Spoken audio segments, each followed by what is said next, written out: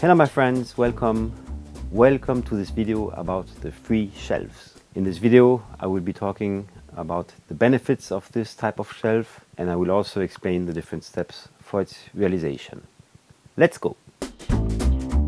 So let's start with the advantages. Advantage number one, it is that it is absolutely for free, except a couple of screws. It's a raw material that is very easy to find in the street. And by using things you're finding in the street, you are reducing the consumption of the resources of the planet. Second advantage is that it's tailor-made. And here this tailor-made aspect has two dimensions. Aspect number one, it's taking into account the shape of the space where you want to place the shelf. For instance, if it's below the roof, you can adjust the height with different steps.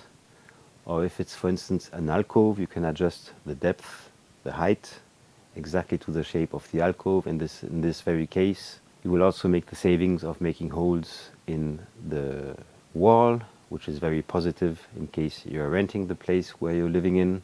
And it gives me the occasion for reminding you that I have a very complete playlist about both moving out and moving in. And it's also adjusted to the size of the things you want to store them. For instance, if you have a big shelf in the attic where you're storing some moving boxes, you can adjust the height exactly to the size of the boxes you have.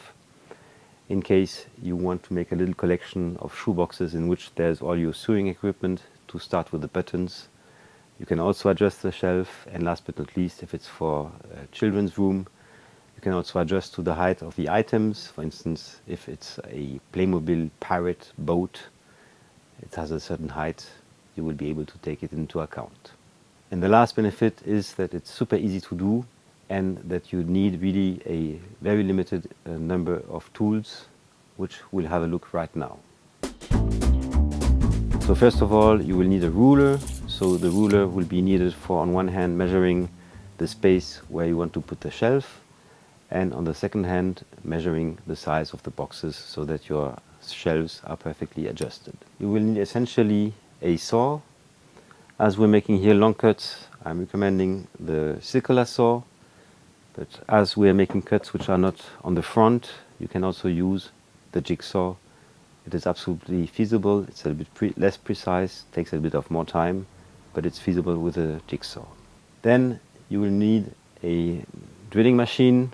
As I said in my beginner's pack, you need to have one anyway at home. So you will need the second one only at the moment of assembling the shelf. So you can borrow it just at the time of the assembly, let's say about 1 hour, to a friend. As an option, I recommend you to use a vacuum cleaner for works, especially when you're doing this somewhere in a living space, because that will make you the savings of a little bit of cleaning. So now let's turn to the different steps. So the first step is of course the design. So once you have measured the space where you want to place the shelf, as well as the size of the things you want to place there, it's of course very different if you're putting moving boxes than if you're storing, for instance, DVDs or CDs. By the way, don't miss my very nice video about how to sort your CDs. Just one little comment in the design phase: careful, if it's not very high, you won't have access for screwing the screws with a screwdriver, but there are other solutions for that. Second step is to grab all the pieces you need in the street. And here there are two elements. The first one are the horizontal boards, basically the shelves. This is quite abundant. If you're finding, for instance, a dismantled IKEA cupboard, then you have enough boards for your shelf.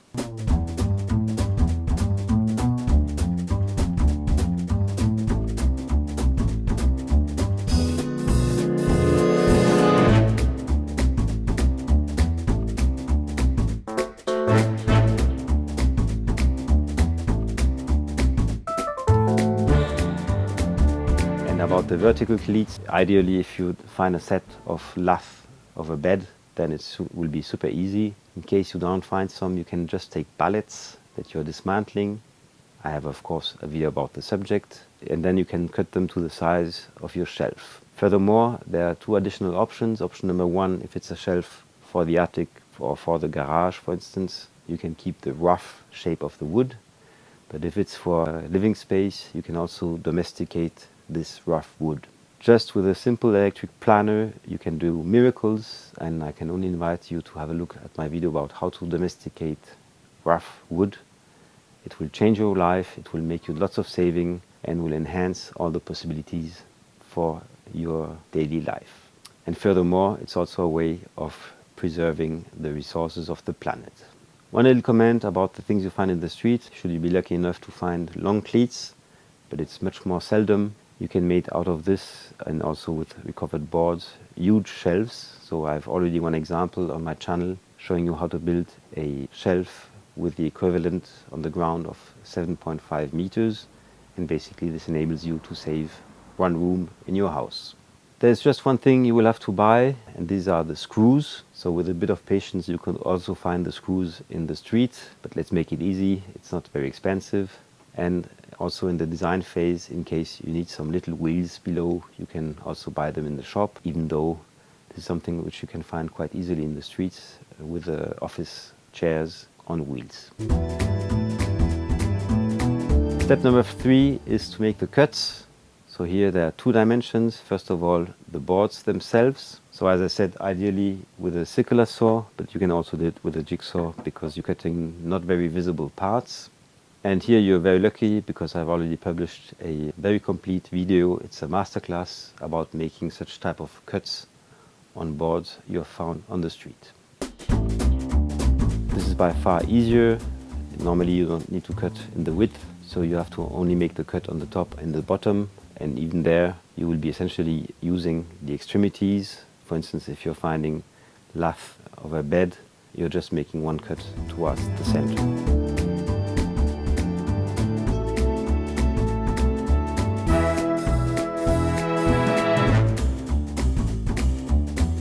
Of course, if you have a meter saw, then it's much easier, super fast and very precise, but it's not really necessary for this type of works.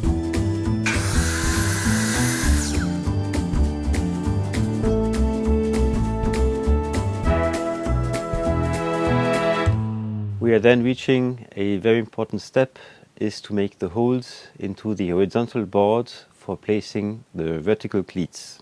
As I've made a high number of tailor-made shelves, I have developed a very efficient technique which is also avoiding the overlaps of the cleats, and that's easing the placement. If you want to save a lot of time, don't hesitate to join the video about the construction of this small-scale shelf.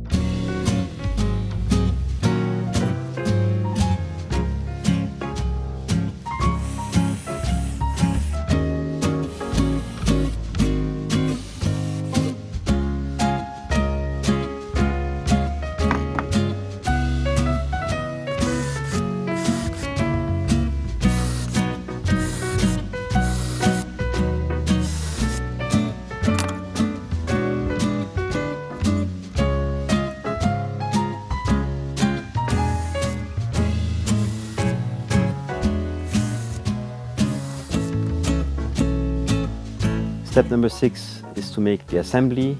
So here, one important advice: if you have designed a big shelf, make the assembly in the room where it's designed for. First reason is that it's so big that it will usually not even have enough space in the stairs. And the second reason, it's a wise application of the principle of the less effort, which is a very important principle in DIY. Don't miss my video about the 10 commandments for DIY.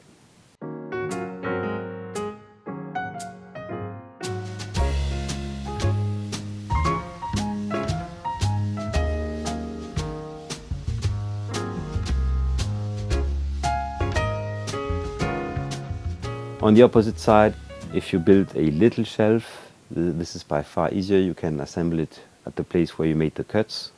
So either here in the workspace, but in reality you don't need such. You just need a table for placing the boards for making the cuts. So this can be done in the garden, in a courtyard, or even in the street.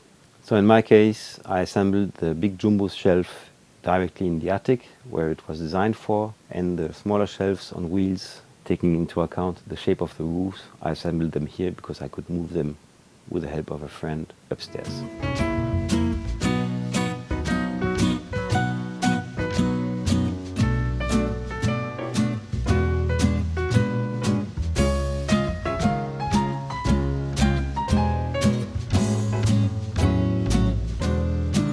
Then you can decide of placing little wheels below the shelf. This is super useful in certain configurations, especially if you're placing the shelf in the length. This will enable you the access to everything what is inside the shelf. And it's also very useful in case you want to clean the house. You can then pull the whole shelf and reach all the corners of your room. In my case, I used the wheels for the little shelves, and you can see right now the illustration why it is very useful in my video about optimize the storage in your attic number 3.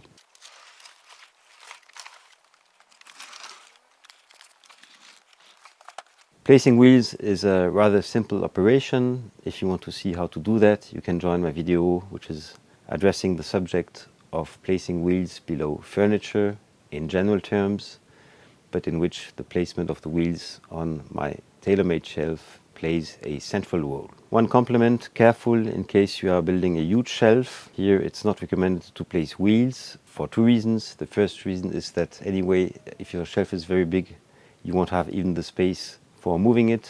And the second reason is because of the weight of what is inside. This would require really very big wheels. So in my case, I used pieces of beams. And if you want to see how I did, you can see that in my video about how to assemble the jumbo shelf.